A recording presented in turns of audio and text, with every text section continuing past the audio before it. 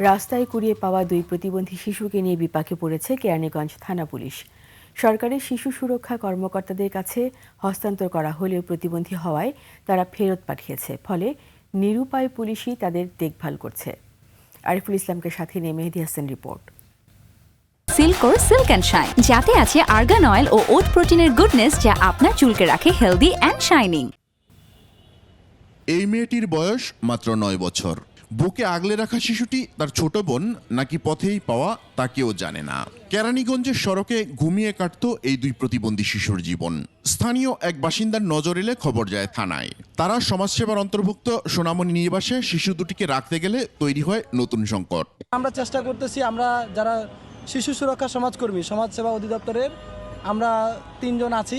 আমরা চেষ্টা করতেছি ওনাকে যাতে করে আমরা প্রতিবন্ধী উন্নয়ন ফাউন্ডেশনে নিয়ে যেতে পারি, কারণ ও হচ্ছে খুবই ছোট্ট একটা বাচ্চা আর এর বয়স একটু বেশি। শিশুদের জন্য তৈরি হলেও সোনামণি নিবাসে প্রতিবন্ধী শিশুদের দেখভালের ব্যবস্থা নেই। ফলে দুই অবুঝ শিশুকে নিয়ে বিপাকে পড়েছে পুলিশ।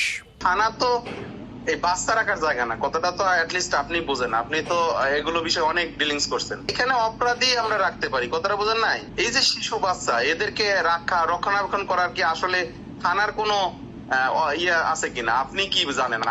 আমি তো আইনে এরকম কোনো ব্যাখ্যা পাই নাই। অবুঝ এই দুই শিশুরও রয়েছে বেঁচে থাকার অধিকার, কিন্তু কে তাদের দায়িত্ব নেবে এটি এখন বড় প্রশ্ন। মেহেদী হাসান, 21 টেলিভিশন, ঢাকা।